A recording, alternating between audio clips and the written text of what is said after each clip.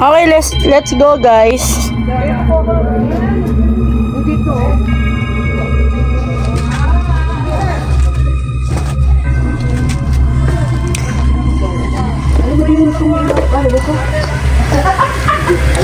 Wow.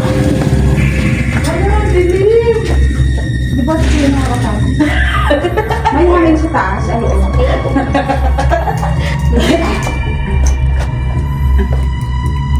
Bukas sa gitna, pipicture ang tibukay. Ulit. Pwede nang bumalik. Tapusin nyo na po. Isisimula mo Alam lang. kong pang-picture. Ito po, yun na lang sa'yo. Ito kay Ate Jen. Ayan, pala. Ngayon kay Ate Jen, malupit yan. Ate Jen, yung sa'yo na lang na cellphone. Galing, oh. Back na lang. Nagbibidyo ka?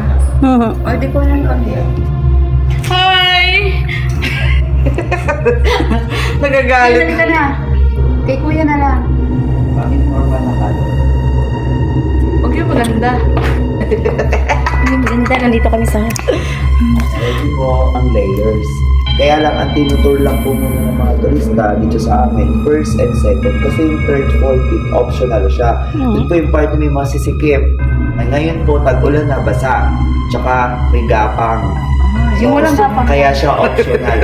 So, i-explore lang po lang na natin muna ngayon yung first and second. Yung first layer po, dito po, mataas yung ceiling, malawak yung area, at kahit pa paano, may liwanag pa ba po ng butas, no? Apo. Sa pagdating po ng second layer, kabaliktaran na po siya, zero visibility, mababa yung ceiling, and then yung ating daan is medyo makipot na. Pero kasya pa po tayo, kasi lagi lang po tayo nakapili. So, ano po ba yung mga makikita sa loob ng kuweba? So, meron po tayong mga tinatawag na rock formations. So, yung dalawang klase po niya, natural at saka optical. So, pag sinabi pong natural rock formations, ito po yung mga tumutukoy sa stalactites, stalagmites. Mamaya, i-discuss ko po sa inyo yan. Pero yung mga sinasabi naman pong mga rock formation na optical illusion, ito po yung may mga hubog ng bato na kung saan nakaka-imagine tayo ng itsura niya according sa kanyang structure. Halimbawa, hugis ganito, hugis ganyan. Ganun po siya. So, give an example po dito sa ating first layer. Ito po, para siyang bungo. So, Okay. mata, ilong, bibigyan kita-kita sa cellphone nyo. Ano? Po. So, para siyang bungo. Nakakatakot. Pero, dahil sa malikot lang po yung ating mga imahinasyon, nakakalika po tayo ng iba't ibang klase ng bakit. Ngayon, eto pa po. Yung bato na yan, meron pa po yung itsura. Mamaya, doon natin makikita. Pag nasa may bandang baba. Okay pa yung pabalik na tingin. Pabalik na tingin. Ngayon po, ang mga bawal po natin gawin dito sa loob ng kuweba ay syempre, okay, konti lang naman tayo. Sisigaw, baligaling masyado. So, kailangan pag naglalakad po tayo, lagi na nakapila. And then, bawal po natin tutukan ng matagal na ilaw yung ibang mga hayop like yung paniki kasi nasisilaw sila tapos wala po. Bawal na bawal din po, number one, yung ating paghawak po sa mga natural elements. So, yun po yung mga bato na pumipin. So, mamaya po, makikita yung pinagkaiba sa mga batong pumipinan na may mga glitters lang at mga talaga pumipinan dahil natural siya. For example, ito po, nakita niyo yung bato na inilawan ko. May pumipinan po, ano? Natural po yan. Ganyan po yung mga bawal natin hawakan. Sige po, baba po muna tayo. Ba't ang sisigaw pang ulo natin? Pero po, madalas siya napag-susubito ng araw. So, way back 1980s, mag-iulat siya sa pagbulo. Tumagsa na po dito yung mga nasusunod ng mga kalabas. Tulad po ng mga salungan po, yung mga pelikula din, meron din po, like Provinciano, diba, Amaya, Bagani, Santiago, Alexander, Mula versus Naveres, Spirits, Aguilas. Sa international, si Jackie Chan po, nakapag-shoot na siya dito. Ang galing. Kaya siya mas sikat. Kaya sa later on, naging sikat na siya tourist spot. Sinadayo na siya, hindi lang po ng mga Pilipino, no? Kapwa-Pilipino natin, maging ang mga foreigner din po. Tours nila dito. Yan. So, ito po yung mga bato naman po na kumikinan. Yan po yung mga viewers na sa so, ngayon po, pinagbawal yung pag-shooting kasi iwasan natin po kung marami pang bato. Nawawala yung nagiging naturalism. Yan po yung sinasabi kong rock formation kanina. Kita niyo? Yan stairs para siyang makanan. Ay, oo, ang galing. Ayun, oh. Si Mama, pero palit ako ng picture. Sino ba yun? Dito. Ako, tayo po. Oh, yun. Dito naman tayo. Ito ay simula ng historical background. Ingat na lang po sa pagkain, baka po. Ito, bubulsok na. Kasi pag may nalaglag po sa pagkain, kasi hindi mo lang gano'n na. Halimbawa, dadain. Kapag may daga, ang kakaahas.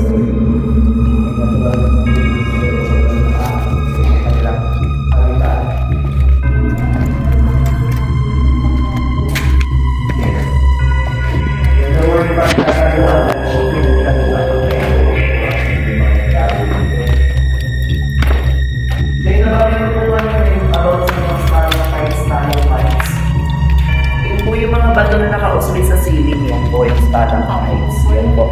Buhay po yung mga bato kasi dito. So, lumalaki. So, nagmula na po sila sa mga patak nito po. Ngayon, yung mga particles or material na calcite, hindi tumitigas kaya bato po siya. Pero as according po sa study, sa pag-aaral, dito po sa loob ng Kalinawan, dahil po tuyo yung kuweba natin, classified siya as dry cave. Mahabang panahon po bago magka makabuo o magkaroon ng formation. Ano po, yung stalactites po na 10 centimeters, equivalent po niyan 190,000. Laking 10 centimeters po So, napakatagal po process. Ngayon, kapag pumatak na yung tubig, as long as solid po yung pinataka niya, another rock formation po yung stalagmite. So, posible po silang magtagbo nung sa haba ng panahon. Ito na siya. Ang stalactites at stalagmites. Ang galing.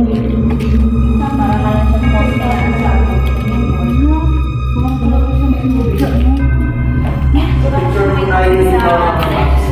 Tayo po kami dito tayo. Tinatawag po siyang growth kasi para po Oo nga. Diyan lang po sa kanila. Hindi lang siya. Pwede ka kung kailan ka din ang survey. Katulad po sa Department of Labor, kailangan 18 years old.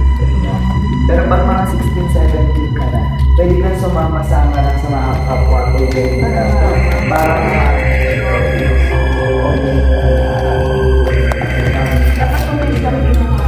sabi nga po ng aking college. Kasi na-mention ko po sa kanya na during pandemic, hindi ako nag-aaral, hindi ako nag-online class. Ay nag-tour guiding po ako. Na-expose ako sa tourism yan. Pero okay lang po yun kasi kung may alam na ako based on my experience sa tourism and then pag pinagsama yung pinag-aaralan ko, lalawak po yung knowledge ko. Buti dito Hindi na po alam po tayo.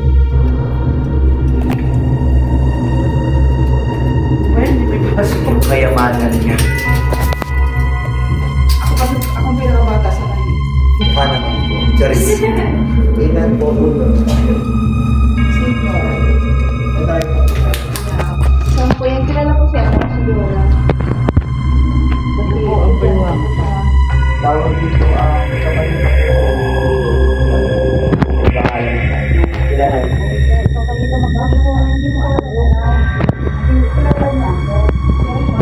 Eh, yuyuko tayo. Yan. Ito po yung second layer natin. Mapapansin na po malaking kailangan.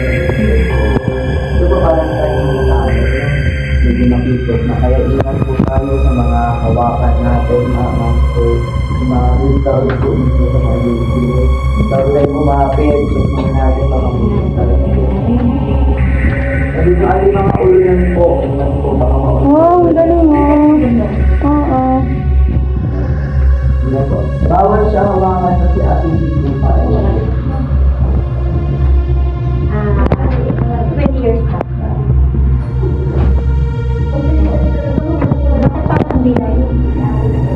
Yun nga yung paliwalag niya kanina, di ba? Na magtatagpo na yan sila sa ano.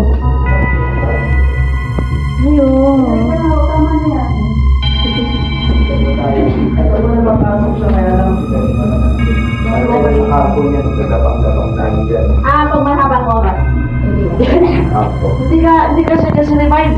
Ngayon po, bawal na siya pasukin. Bawal na siya. Mga panini po. Kayo may panini.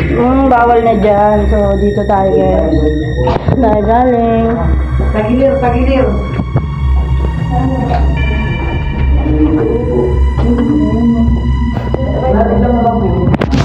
Ang malawak lang ay yung ini-explore, pero yung entrance ay safe lang. Okay na happy.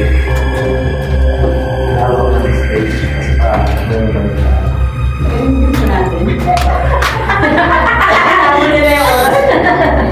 Uy, bawal maingay. Bakit ba? May oras pa siya. Nararamdaman na ba? Hindi. Yan po, ulo. So dati po siyang pinagtagwa ng mga Hapon parang ng World War II. Pero ang unang gumamit po mga Katipunero ay ang guerrilla. Katipunero at mga Amerikano, panahon ng Kastila. Di ba sabi mo Pangulo dito kung tatago pag nag-ano? Oo, magdadala pa ng pagkain. Meron po siyang collection dati hanggang Montalban. Meron pinasabugan na ng mga Hapones. Kaya nasaraduhan na siya. Opo. So dati kasi tinlak pa yung mga Katipunero. Kapag sila'y dumikit na, maliit na ang daan. Lahat po, ulo. And then, si Macario sa akin, Katipunero po. Pero dati, yung tawag ko. Ay, din si Ed. Medyo kailangan nyo yung yumuko guys. Kasya pa. Kasya pa? Yes. Naunat yung mga balakang-balakang ko ah. Ganyan, pwede daan. Saka yung mga binibilis natin, di ba? Hindi na yata. Yung mga butas na nakikita, magkakakonect din yan. Mga kwarto lang.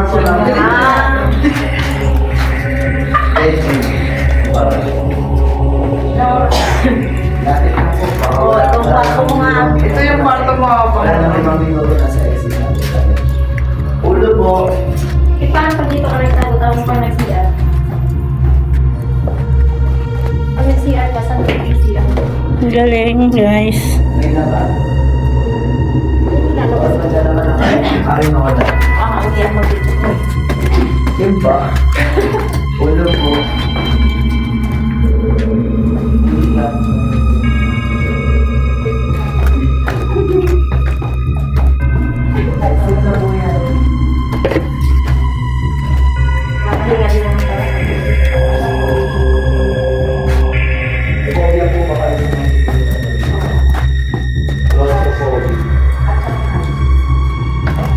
So, doon yung daan ng 3rd, 4th, 5th. Medyo may mahirap. Dito po lalabas sa side na to. May labanan din. Paikot. Ganito nga po. Yun yung entrance. Paikot po siya dito yun. Okay. Babalik ka rin dito. Hindi po dito. Dito po. Doon na. Okay. Tapos, pag pa-exit na, dito na po sa kanya. Kaya siya optional kasi tinatanong pa namin ng turista, kaya ba ninyo na ito? Oo. Kakabukod ang bayan Ito. nila. Ito siya. Kasi medyo mahirap na yung trail doon. Hindi masusuot. Sa ano, Bicol, laki ng maluwag. Ayun po kayo lang tour. And Diba? Galing. Gcash ka pa. Gano'n mo signal mo. Ito na yung bungad na lagi nakikita sa mga shooting, no? Yes po, sa mga palabas. Familiar kayo, no? Oo. Sige po, tingin dito. Hindi nga si senior.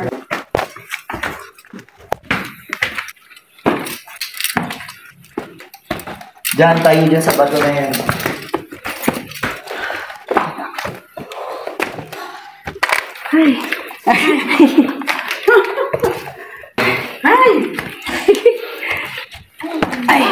Grabe, ito pa lang yung ginagawa na. Ano pa tayo susunod? Dapat po ipokondisyon mo ang sarili mo pag gano'n. Walang plano kasi. Dapat hindi puyat, Oh, Ulit tayo. eto mga puyat to. hindi pagod. Kami okay lang kasi medyo ano pa naman Okay, kami. ganda po yung kuha natin. Tayo po kayo dyan. Medyo bata-bata. Galing. Ready po? Ganyan.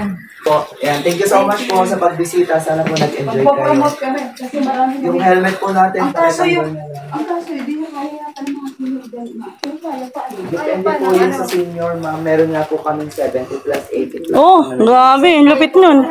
Kung physically fit pa naman yung senior, first and second level, pero yung third point, hindi na kaya talaga. Yung dinaanan natin, okay pa yun sa kanila, di ba? Opo. Kasi very adventurous din sila. Opo. Enjoy pa sila. Anong pangalan mo nga, sir? Jack po, Jack. Yan si Sir Jack Toledo. Toledo.